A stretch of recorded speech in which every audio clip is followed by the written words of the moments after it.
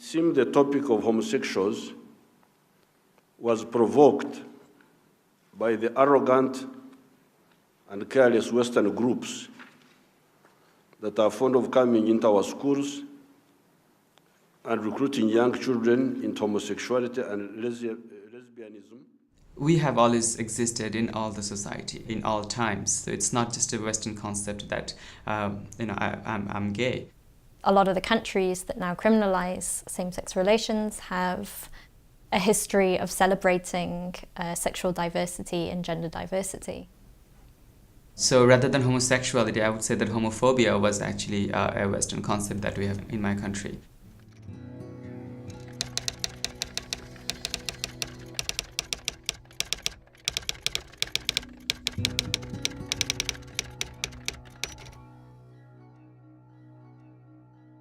Perhaps if world history, empire and conquest played out differently, the Caribbean might have been the place that was leading in LGBTI equality, but sadly our history is as it is. This young man was seen in a mall in Jamaica putting on lipstick, and then this huge mob gathered and he had to go into a store and they had to lock the door and call the police for his protection. As far as I'm aware, to this day, there hasn't been any prosecution. The perpetrators have not been brought to justice. We don't want none of them in this town here. This is our town.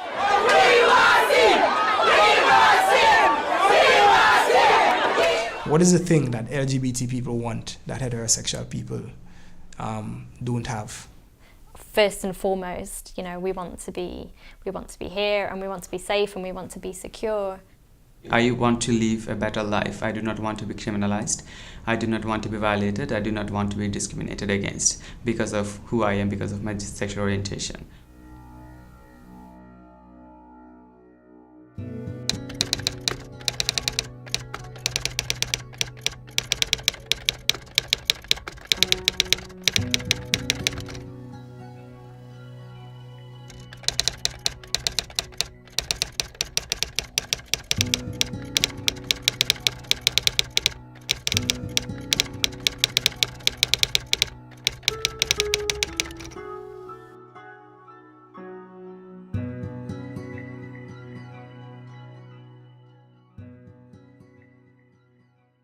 People are afraid to come out, people are afraid to identify as LGBT, and this invisibility, as we say, is forced invisibility is a discrimination itself.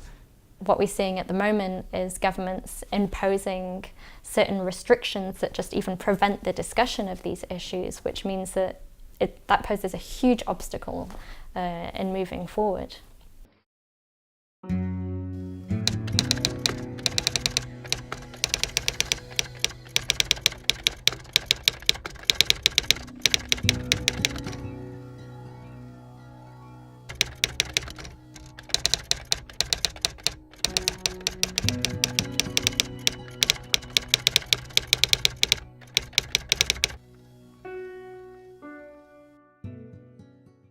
Why are governments not allowing us to enjoy the benefits of rights that other human beings enjoy, or we're not as good enough? Continuous attempts to parachute concepts and notions that lack universal consensus and definition or any basis in international human rights law are not productive to the work of the Council, especially when they carry significant social, cultural, ethical, and religious sensitivities. Really, I find it quite sad and frustrating when concepts like religion and tradition and culture are used to justify human rights violations. It's not that we believe in human rights for one particular set of people alone. And the thing that we all fighting for is a recognition of the inherent value of all human beings. The Universal Declaration on Human Rights states that all human beings are born free and equal in dignity and rights, and all human beings includes human beings who are lesbian or gay or bisexual or trans or intersex. So really it's very clear for those of us who look at international human rights law and read it that this law applies to all of us regardless. And of course it might take some manner of bravery. I'm not saying that politicians won't lose a bit of political capital if that happens. But they would have shown immense leadership and they would have garnered the very strong respect of civil society. It's only through engaging with LGBTI people in their country and groups and other organisations that governments can really understand what changes need to be made, what policy changes or legal changes need to be made.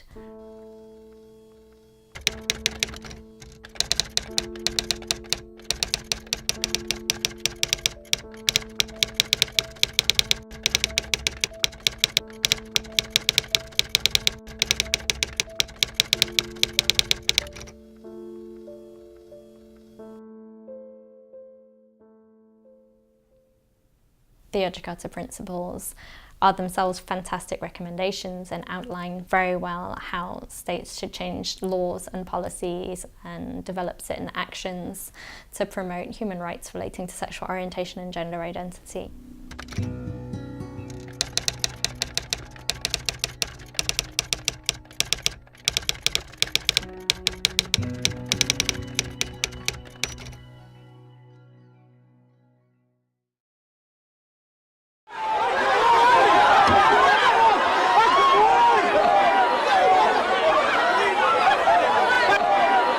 The fact that the police, in responding to that issue, the issue of the mob surrounding the mall in Jamaica, the fact that the police actually helped him out, they covered his face and they secreted him away from the mob, is testimony to the fact that there is change happening. We have been able to get the government to engage, at least start a discussion on LGBT issues rather than shunning the issue is not important or that we do not exist. Whenever somebody says that there is no LGBT people in Bangladesh, we say we are there. You know, the discrimination that I might have faced or the sexism that I've experienced in my own life has really driven me to try to fight for change. I mean, I don't think that our work is going to be finished until LGBTI people are no longer discriminated against. Even on, you know, a very basic day-to-day level, like kids being bullied in school, or people being denied healthcare, or trans people who are being denied ID documents.